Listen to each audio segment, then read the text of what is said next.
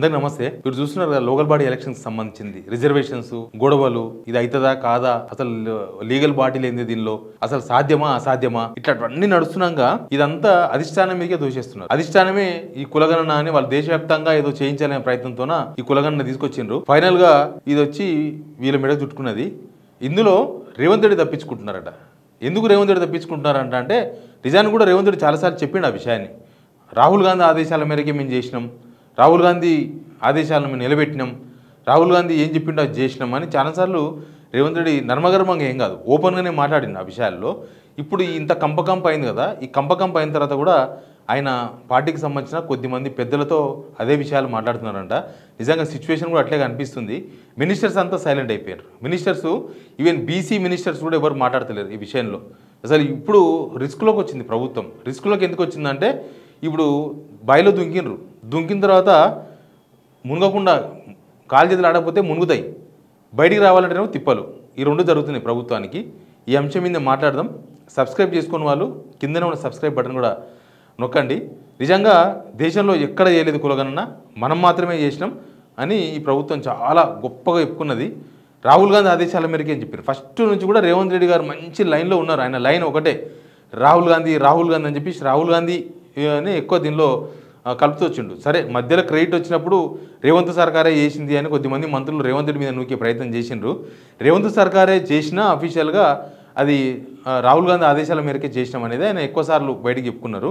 మొన్న రీసెంట్గా ఢిల్లీ పోయినప్పుడు కూడా 2 రోజులు ఢిల్లీలో ఉన్నారు. ఢిల్లీలో రాహుల్ గాంధీ అపాయింట్మెంట్ అడిగినో లేదో కానీ కలిస్తే ఖచ్చితంగా ఇక్కడ జరుగుతున్న వ్యవహారము లేకపోతే ఇక్కడ ఈ ఎలక్షన్స్ పోవాలంటే ఎదురవుతున్న సమస్యలు ఇవన్నీ కూడా చర్చిద్దాం అనుకున్నారట. కానీ రాహుల్ గాంధీ కలవలేదు. కానీ కేసీ వేణుగోపాల్కు రిపోర్ట్ ఇచ్చినట్ట రాహుల్ గాంధీ గారు, రేవంత్ రెడ్డి గారు. ఏమని అంటే ఇక్కడ ఇది సిచ్యువేషన్ 42% రిజర్వేషన్ ఇవ్వకుండా ఎలక్షన్స్కి పోలేము, ఇస్తేనేమో ఇవి ప్రాబ్లమ్స్, ఒకవేళ గాంధీ భవన్కి టికెట్స్ ఇస్తే ఇంకో రకమైన ప్రాబ్లమ్స్ ఉన్నాయి. అందుకే ఆయన ఒక మాట చెప్పిండట, ఒకవేళ ఈ ఎలక్షన్స్లో ఇది సాధ్యమవుతుందో కాదో పెద్ద అనుమానం, సాధ్యం కాకపోవడానికే ఎక్కువ అవకాశాలు ఉన్నాయి. ఎందుకంటే పరిణామాలు అట్లా కనిపిస్తున్నాయి కదా. కులగణన కూడా సైంటిఫిక్గా లేదు. కులగణన కూడా ఎన్ని ఫెయిల్యూర్స్ అయినో మీకు తెలుసు. ఆల్రెడీ ఒకసారి చేసి ఆపేసి మళ్ళీ చేసి ఆపేసి తర్వాత చాలామంది కులగణన పార్టిసిపేట్ చేయలేదని. అసలు సెంట్రల్ చెప్పేదేమో central cabinet high power committee చెప్పింది స్టేట్స్ చేసే కులగణనలు అసలు చెల్లవు అని. ఈ గవర్నమెంట్ చేసే కులగణన దేనికోసమో అని కూడా కనీసం వాళ్ళ ఇంట్రోలో పెట్టలేదంట. అంటే దేనికోసం చేస్తున్న విషయం కూడా లేకుండా చేసిన ఈ కులగణనతోన ఈ రిజర్వేషన్ సాధ్యం కాదు అనేది చాలామంది అభిప్రాయపడుతున్నారు. నిపుణులు లేకపోతే లీగల్ సలహాలు ఇచ్చేవాళ్ళు, రిటైర్డ్ జడ్జీలు వాళ్ళందరూ కూడా ఇదే విషయాన్ని చెప్తూ ఉన్నారు.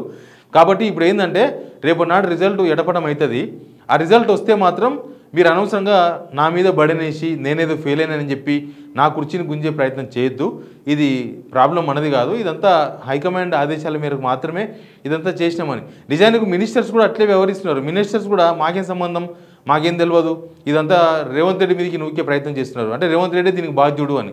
నిజానికి రేవంత్ రెడ్డి ఒకటే కాదు, ప్రభుత్వం అంటే మంత్రులు క్యాబినెట్ అంతా వస్తుంది.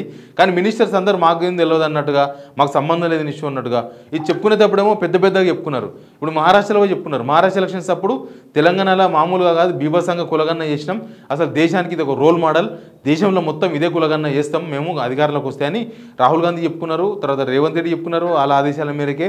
ప్లస్ మినిస్టర్స్ కొంతమంది ప్రచారంలో పాల్గొన్న వాళ్ళు చెప్పుకున్నారు.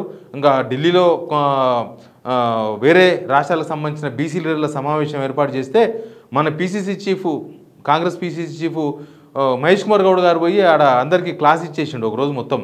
లేదు మేము ఇట్లా చేసినాం, మొత్తం బ్రహ్మాండంగా చేసినాం, ఇది దేశానికి ఆదర్శం, ఇది ఒక దిక్సూచి, ఇక మొత్తం దేశం అంతా ఇట్లా చేస్తుంది అని ఏదో చెప్పుకునే ప్రయత్నాలు చేసిర్రు. దాని క్రెడిట్ మొత్తం తీసుకునే ప్రయత్నం చేసిండ్రు. ఇప్పుడు దాని రియాక్షన్ ఉంది. ఈ రియాక్షన్కి ఎట్లా రియాక్షన్ ఇవ్వాలని కూడా అర్థమైతలేదు. అందుకే మినిస్టర్స్ ఎవరు మాట్లాడతలేరు. ఎంతసేపటికి పాలాభిషేకాలు చేసుకొని బయటపడుతుండ్రు. మా వంతుగా మేము పాలాభిషేకం చేసేసినాం, ఈ వ్యతిరేకత మా మీదకి వచ్చే వ్యతిరేకతను కొంచెం తగ్గించుకునే ప్రయత్నం చేస్తున్నాం, ఈ ఆరోపణలు విమర్శలకు సమాధానం చెప్పుకునే ప్రయత్నం చేస్తున్నాం పాలాభిషేకాల ద్వారా లేకపోతే వివిధ కార్యక్రమాల ద్వారా అని చెప్పుకునే ప్రయత్నమే తప్ప దీనిలో శాంటిటీ ఏముంది, దీనివల్ల బీసీలకు 40% రిజర్వేషన్ వస్తుందా రాదా, పర్ఫెక్ట్గా వస్తున్న విమర్శలు లీగల్గా మీరు ఎట్లా ఫేస్ చేస్తారని వస్తున్న విమర్శలకు మాత్రం ప్రభుత్వం కానీ పార్టీ కానీ ఎవరు సమాధానం చెప్పే పరిస్థితులు లేరు. ముఖ్యమంత్రి మాత్రం అదే దానిలో ఉన్నారు.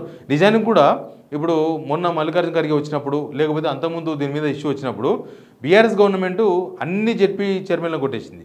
సేమ్ అట్లా జెడ్పీ చైర్మన్ మొత్తం కాంగ్రెస్కు రావాలి, ఎందుకంటే అధికారంలో ఉన్నాం, చేస్తే గీస్తే పనులు మనమే చేయాలి, మనం తప్ప ఎవరు పనులు చేయరు కాబట్టి మనమే అధికారంలో ఉన్నాం కాబట్టి జనమంతా మనకే ఓట్లు వేయాలి, మనకు అన్ని జెడ్పీటీసీలు 90% జెడ్పీ చైర్మన్స్ మొత్తం మనోళ్ళు ఉండాలి, మనకే రావాలి, కాంగ్రెస్ ఒక ప్రపంచం కనబడాలి. ఎందుకంటే ఇక్కడ కనుక రిజల్ట్ ఎడపడం అంటే తెలుసుగా మీకేందో, ఎడపడం అంటే ఇక్కడ కనుక రిజల్ట్ తారుమారైతే ఏదో 10-15 జెడ్పీ లెవెల్కి వచ్చి మిగతా మొత్తం కూడా బీఆర్ఎస్ బీజేపీ వాళ్ళకు వచ్చినాయనుకోండి, అప్పుడు ఈ ప్రభుత్వం మనగడే కష్టమవుతుంది. ప్రభుత్వం మీద ఈ వ్యతిరేకత ఇట్లా నిబురుగప్పిన నిప్పులాగా ఉండదు, ఓపెన్గా కనిపిస్తుంది. అప్పుడు ఇంకా ఎలక్షన్స్కి మించి ప్రభుత్వం మీద అసలు కేసీఆర్ గవర్నమెంట్ ఓడిపోయింది 2023 ఎలక్షన్స్లో. ఎందుకు ఓడిపోయిందంటే ఆ ప్రభుత్వం మీద వ్యతిరేకత అట్లా ఉన్నది అనేది అందరం మాట్లాడుకున్నాం. సేమ్ ఇప్పుడు కూడా ఈ గవర్నమెంట్ వచ్చి కరెక్ట్గా 20 months అవుతుంది.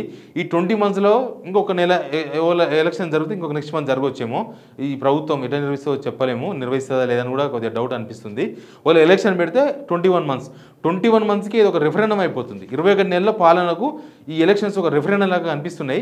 నిజానికి చాలామంది కాంగ్రెస్ పార్టీలో ఉన్న చాలామంది మంత్రులు, ఎమ్మెల్యేలు వాళ్ళందరూ కూడా రేవంత్ రెడ్డికి డెడ్లైన్, రేవంత్ రెడ్డికి ఈ ఎలక్షనే డెడ్లైన్. ఈ ఎలక్షన్ రిజల్ట్ తర్వాత రేవంత్ రెడ్డి ఉంటాడా, పోతాడా, కొనసాగుతాడా, సీఎంగా కొనసాగడా అనే విషయాల మీద క్లారిటీ వచ్చే అవకాశం ఉంది. హైకమాండ్ కూడా దానికోసమే చూస్తున్నది. ఇప్పుడు ఇవన్నీ ఆయనకి అగ్నిపరీక్ష అనేది ఒక వాతావరణాన్ని క్రియేట్ చేస్తూ ఉన్నారు. ఆ వాతావరణం నుంచి బయటపడేందుకు రేవంత్ రెడ్డి ప్రయత్నం చేస్తున్నారు. లేదు నాకు సంబంధం లేదు, ఇది నేను మాత్రమే బాధ్యుని కాదు, నా మీద తీసుకురావద్దు, ఇదంతా కూడా మీరు చెప్పినట్లే నేను చేసినాం, మీరు చెప్పినట్లే నేను ఇక్కడ కులగన్న చేసిన, మీరు చెప్పినట్లే ఎలక్షన్స్ పోతున్నాము, మీరు చెప్పినట్లే 42% రిజర్వేషన్ చేసినాము, 42% రిజర్వేషన్ అని చెప్పినాము, ఇస్తామని చెప్పినాము, రిజర్వేషన్ ఇచ్చినాకనే ఎలక్షన్స్ పోతామని చెప్పినాం. కానీ పరిస్థితులు మాత్రం అందుకు విభిన్నంగా చాలా డిఫరెంట్గా కనిపిస్తూ ఉన్నాయి. 42% రిజర్వేషన్ ఇవ్వడం సాధ్యం అసాధ్యం అనే ఒక పెద్ద చర్చలు నడుస్తూ ఉన్నాయి. కాబట్టి ఇవ్వడం సాధ్యం కాకపోవచ్చు. ఓలా సాధ్యం కాకపోతే ఇవ్వకపోతే పార్టీకి ఇస్తాం, పార్టీకి ఇచ్చినా కూడా కింద మీద అయితే పార్టీ ఓడిపోతుంది. ఈ ఎలక్షన్స్లో ఓడిపోతే మాత్రం ఎట్టి పరిస్థితుల్లో నా మీదకి తీసుకురావద్దు, నాకు సంబంధం లేదు, నా పదవికి ఎసరు పెట్టొద్దు, నా పదవికి సంబంధం లేదు, ఈ ఎలక్షన్స్తో నా పదవికి రిఫరెండం కాదు, ప్రభుత్వానికి రిఫరెండం అయితే ఓకే, సరిదిద్దుకోనికే అసెంబ్లీ ఎలక్షన్స్ ఇంకా చాలా రోజులు ఉన్నాయి, అప్పటిలోపు మనం ఏం సరిదిద్దుకుందాం, అంతేగాని నా ముఖ్యమంత్రి పదవి మాత్రం దింపేసే ప్రయత్నాలు అట్లాంటి ఆలోచన మాత్రం చేయొద్దు. మీకు చాలా రికమెండేషన్స్, చాలా కంప్లైంట్స్ నా మీద వస్తాయి. ఇక్కడ నుంచి మినిస్టర్స్, ఎమ్మెల్యేలు ఎవరు సహకరించే పరిస్థితులు లేరు, అందరూ నా మీద బడెన్ వేసేసి మొత్తం నేనే బాధ్యున్నట్లుగా వ్యవహరిస్తున్నాడు అనేది రేవంత్ రెడ్డి భావన.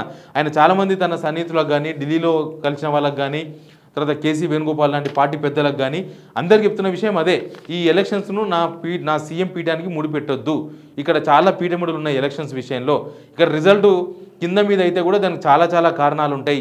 కేవలం నేను మాత్రమే బాధ్యుని కాదు, ఈ కులగణన లేకపోతే 42% రిజర్వేషన్ అనేది నాకు సంబంధించిన అంశం కాదు, మీతో పాటు నేను, నాతో పాటు మీరు అందరూ బాధ్యులే. కాబట్టి అనవసరంగా దీన్ని నా సీఎం సీటుకు ముడిపెట్టి దీన్ని ఏదో చేసే ప్రయత్నం చేయొద్దు. వచ్చే కాంప్లైంట్ను ఇగ్నోర్ చేయండి. ఎలక్షన్స్ పోయే వరకు మీరు పట్టించుకోవద్దు. తెలంగాణలో ఇట్లాంటి సిచ్యువేషన్ ఉందని కేసీ వేణుగోపాల్కి మాత్రం రేవంత్ రెడ్డి గారు చెప్పొచ్చినట్లుగా కనిపిస్తుంది. బహుశా ఇక్కడ ఏం రిజల్ట్ ఉంటుంది అనే దాని విషయంలో క్లారిటీ వచ్చింది. ఈ ఇంటెలిజెన్స్ రిపోర్ట్లు లేకపోతే వీళ్ళు చేపించిన ప్రైవేట్ సర్వేలు ఇవన్నీ చూసిన తర్వాత రిజల్ట్ వీళ్ళు అనుకున్నట్టుగా ఉండే అవకాశాలు అయితే కనిపిస్తలేవు. 90% రిజల్ట్ కాంగ్రెస్కు రావాలంటే కాంగ్రెస్లో గ్రౌండ్ చాలా పాజిటివ్ ఉండాలి. ప్రత్యర్థులు ఎవరు కనబడదు గ్రౌండ్లో, బీజేపీ కనబడద్దు, బీఆర్ఎస్ కనబడద్దు. బీజేపీ ఎలక్షన్స్లో ఎట్లయినా సరే ఒక్క జెడ్పీ చైర్మన్ అయినా మనం కొట్టాలి, మనం అరంగేట్రం చేయాలి. లోకల్ బాడీ ఎలక్షన్స్లో ఎంపీలు 8 సీట్లు గెలిచినాం, నెక్స్ట్ ఎమ్మెల్సీ సీట్లు గెలిచినాం. ఇప్పుడు లోకల్ బాడీ ఎలక్షన్స్లో కూడా మనం ఒక జెడ్పీ చైర్మన్ అయినా కొడితే మనం ఓపెన్ చేసినట్టు అవుతుంది ఈ అకౌంట్ కూడా. అప్పుడు మనం నెక్స్ట్ ఎలక్షన్స్కి పోవడానికి ఈజీ అవుతుంది అని వాళ్ళు కూడా గట్టిగా ఫైట్ చేస్తున్నారు. బీఆర్ఎస్ ఏమో వీళ్ళ వ్యతిరేకత అంతా క్యాచ్ చేసుకోవడానికి వాళ్ళు ప్రయత్నం చేస్తున్నారు. ప్లస్ ఈ బీసీలో 42% రిజర్వేషన్ అసంతృప్తిని ఓట్లుగా మలుచుకునేందుకు బీఆర్ఎస్ కూడా ప్రతిపక్షాలు ఎప్పుడు ఆ ప్రయత్నాలు చేస్తుంటాయి. ఏ ప్రతిపక్షం ఉన్నా కూడా వాళ్ళ ప్రయత్నాలు వాళ్ళు చేస్తూ ఉన్నారు. చూస్తేనేమో అసలు రేవంత్ రెడ్డి చేతులెత్తేసే పరిస్థితికి వచ్చిందేమో ఇక్కడ వాతావరణం. అసలు రిజల్ట్ ఇంకా ఊహించినట్లుగా ఉండదేమో, చాలా దారుణంగా ఉంటుందేమో. అసలు జనాలలో అటు ప్రభుత్వ సంక్షేమ పథకాల విషయంలో అసంతృప్తి ఉన్నది, పరిపాలన మీద అసంతృప్తి ఉన్నది, అడ్మినిస్ట్రేషన్ మీద అసంతృప్తి ఉన్నారు. ఈ 20 నెలల పరిపాలన మీదనే తీవ్రమైన అసంతృప్తి జనాల్లో ఉంది. దానికి తోడు ఇప్పుడు బీసీలో 42% రిజర్వేషన్ అని చెప్పి ఒక పెద్ద ఓట్ బ్యాంక్ అంతా కూడా కాంగ్రెస్ క్వశ్చన్ చేసే వాతావరణం కూడా క్రియేట్ అవుతుంది తెలంగాణలో. కాబట్టి ఆయన ముందే మేల్కొని రేవంత్ రెడ్డి చేసే ప్రయత్నాలు అయితే చేసిండు. బట్ ముందే చేతులు ఎత్తేసిండు అనే చర్చ మాత్రం నడుస్తున్నది ఇక్కడ. Please subscribe signal TV.